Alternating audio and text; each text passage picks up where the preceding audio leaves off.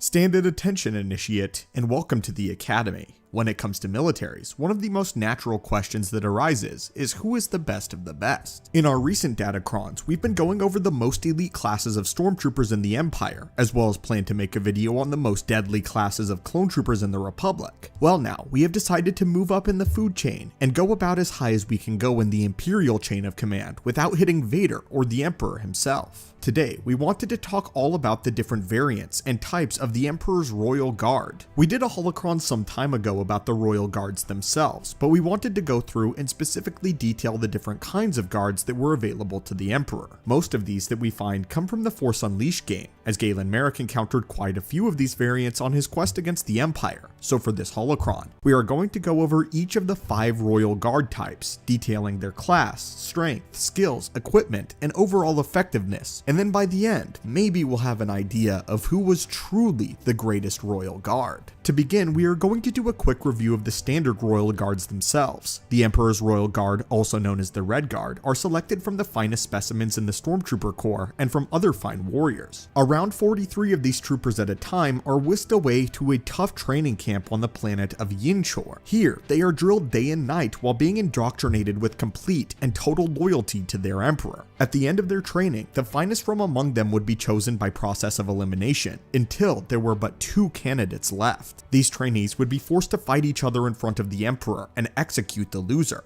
From 43 candidates at a time, only one would ever be chosen from among them to ensure that the Emperor had nothing but the absolute best. Each of these trainees are honed in the ways of Achani and Terraskaze, both of which are unique martial arts that are specifically designed to combat Force sensitives. In fact, practitioners of these fighting styles get so adept at it that they actually demonstrate the physical feats of those who are Force sensitive despite them not being able to touch the Force. In open combat, there were a couple of times where a single Red Guard turned the entire tide of a battle and sent a whole army running. The Emperor's Royal Guard had a very specific kit that served them well whilst protecting their Emperor. Their armor in itself is no accident in design, and it was directly derivative of the armor worn by the Sun Guards, specifically of the Thyrus system. This was meant to invoke fear in trained combatants, as the Sun Guards themselves had a legendary reputation, and a reputation as fierce warriors who rivaled even the Mandalorians. Their armor was far more durable than typical Imperial armor, and though they wore a ceremonial cloak over it, this did not hamper their movement, and was mostly used to conceal the rest of their kit and armor beneath it. The primary weapon that many will see being carried around by the Royal Guard would be the Force Pike. For those who don't know, a Force Pike is a meter-long pole attached to a hilt. The tip of the pike was a vibro-edged head with a stun function that could knock a full-grown Wookiee unconscious, doing so by using a concentrated nerve impulse similar to that feature in the stun setting of a blaster rifle. At its lowest setting, the spear would deliver excruciating electrical shots. Higher settings could result in paralysis and even death. And at maximum setting, it could slice through everything from flesh and bone to thin Durasteel plating.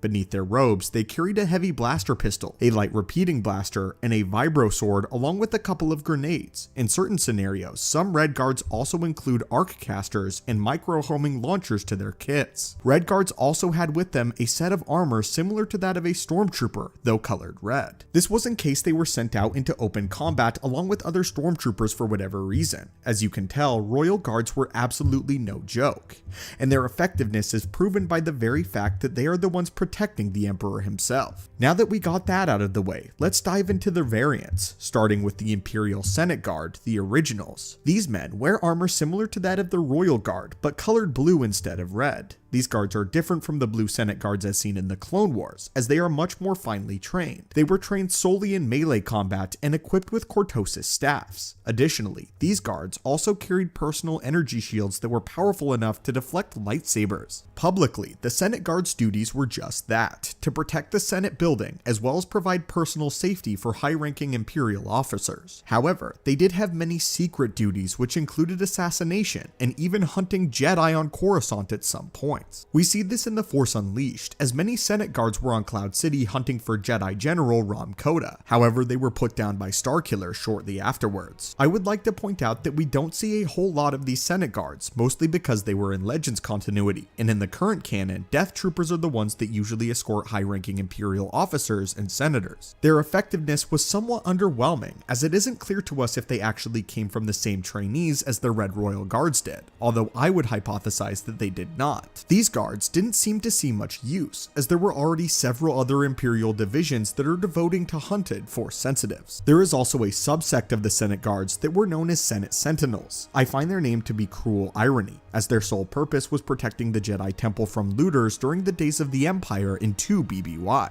They wore robes and helmets similar to that of the Senate guards, but colored a slate gray, and had a different looking faceplate. They wielded force pikes that could effectively block a Jedi's lightsaber, which was essential for this task. For a long time, Senate Sentinels were thought to be cyborgs due to their robotic nature of their voices, but this hasn't been confirmed or denied. One of the finest Royal Guard variants on this entire list would be the Imperial Sovereign Protector. These elite guardsmen were distinguished by black accents to their typical all-red uniforms. Their cloaks didn't cover their bodies, but they wore black capes instead. Sometimes they were completely covered in black cloaks and used scythe-like force pikes as their weapon. These intimidating guard variants were led mostly by a champion picked by the Emperor, and they directly answered to the Emperor alone. Only the best of the elite Emperor's Royal Guard was specifically chosen to become a Sovereign Protector. They endured years of selection procedures and training aimed at achieving perfection in soldiering. Extreme standards were set for their condition, far beyond that of even a typical Royal Guard, which was peak human form already. Their combat training included the use of heavy blaster pistols and the deadly double vibroblade. In fact, what made them so deadly is the fact that they each had some force sensitivity with them in which to work with. And some were actually so well trained in the ways of the dark side that they could have potentially qualified for a Dark Jedi position. Sovereign Protectors were sent out on vital missions by the Emperor himself, although some would stay behind to protect him.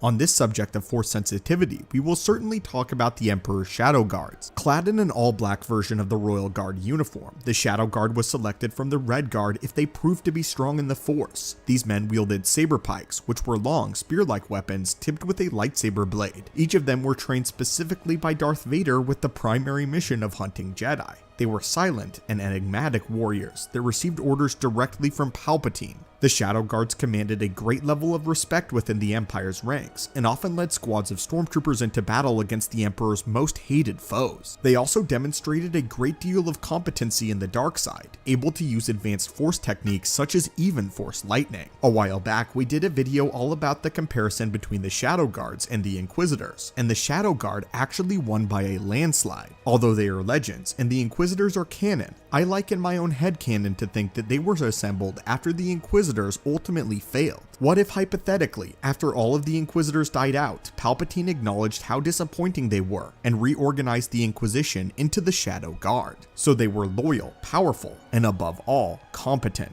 The final guard type we are going to talk about is one that I find to be incredibly fascinating, and this is the Saber Guard. These guys were not trained on Yinchor like the others, but rather were cloned and trained at a top secret facility on Kamino. They were known to have some degree of force potential, and as the name suggests, utilized 2 red lightsabers. Their armor is the most different from all of the other Royal Guard types, and one that is the most stylish. They sport a black tunic overlaid with gold-colored armor pieces. These pieces were resistant to lightsabers. Their helmet resembled that of a regular guard's, but is T-shaped and glowing white. Unlike the others, they don't sport any sort of cape or cloak with their uniform. Although Saber Guards were much less skilled in the Force than Galen Merrick, they were able to erect a force barrier around themselves to shield against his force attacks. Saber Guards were highly effective in how they executed their maneuvers, and were able to easily overwhelm a rebel ship and gain control of it. However, they proved to be almost ineffective against Galen. Unfortunately, our only point of reference for judging many of the Imperial Royal Guard variants is Starkiller himself, since we only see several of them in the Force Unleashed games. Having said that, their abilities are undeniably impressive, and we hope that you think so as well. But now, my friends and acolytes, what do you think of the Royal Guards and all of the different variants that we discussed today? Which one is your favorite, and who of them is the most powerful? If you like this type of series of us going over elite classes, be sure to like the video, as well as let let us know down below. And as always, my friends, may the Force be with you, and I hope that you're having a wonderful day.